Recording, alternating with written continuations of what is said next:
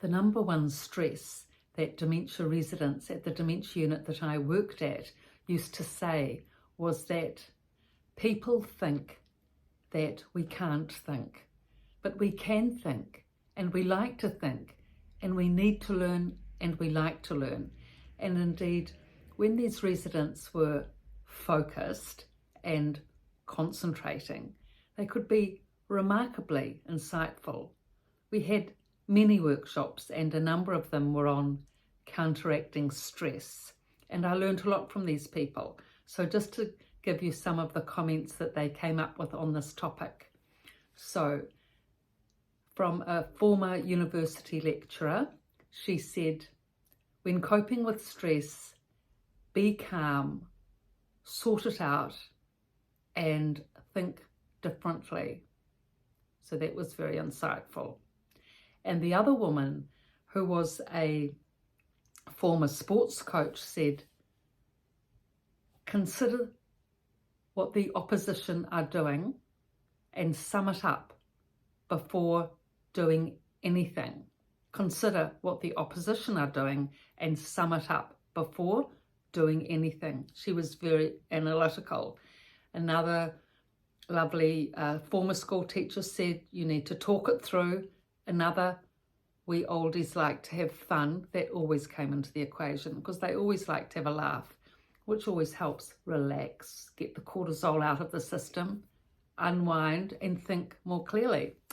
Then the university lecturer again said at length, she was very analytical, you come away from the workshops thinking differently, to varying degrees each time, rather than letting things slip you by.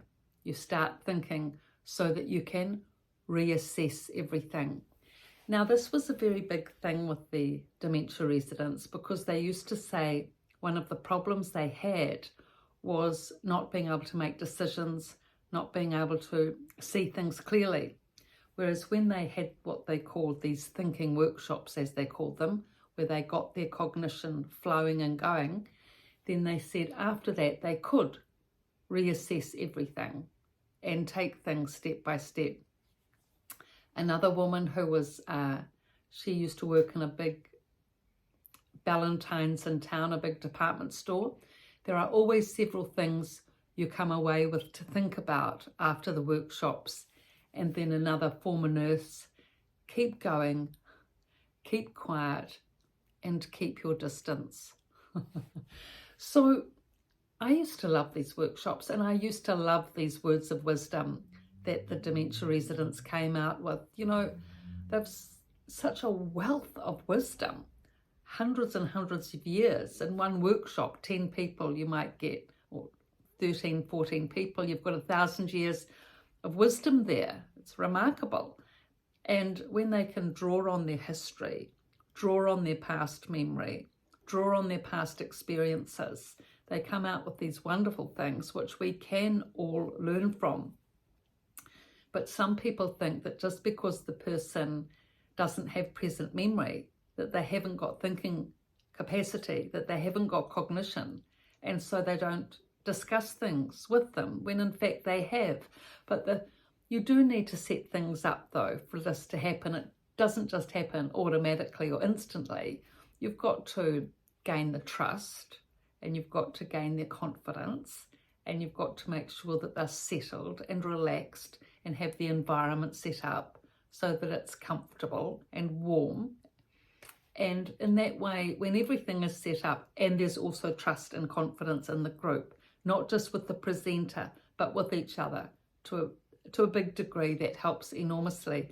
When the trust starts developing in the group and they start sharing and taking an interest in what each other is saying and giving each other credit for communicating, that's when the whole cognition, communication, camaraderie comes in really strongly. And that is what helps counteract the stress in the end. Because if someone thinks you can't think, you can't convince them otherwise if they're not interested. But to counteract that stress, if you have camaraderie, goodwill, faith and trust within the workshop, then those people become your friends and supporters and colleagues. And in that way, you can counteract the other stresses by having strength and confidence from the core group that you're working with and indeed, of course, living with. So I've written on these topics at length in these two books, The Resident's Voice from a Dementia Unit and The Resident's Rise from a Dementia Unit, both on Amazon and my website, pietavalentine.com. Everything you need to know for a person going into a dementia unit, The Resident's Voice, and everything you need to know when they're established in the unit. They're companion books. Look, they both go together in the handbag or separately, and good reading.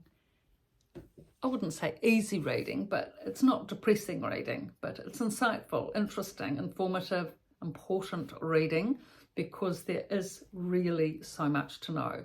So I've just made the effort to put it all into one book so that you don't have to go to lots of different sources to try and find it out, mainly based on positive practical techniques to help these people in dementia facilities, these wonderful people that deserve our help. So thank you for your likes and all your subscriptions. I'm seeing those flowing in. It's wonderful. And your comments, please pass on the links. Thank you.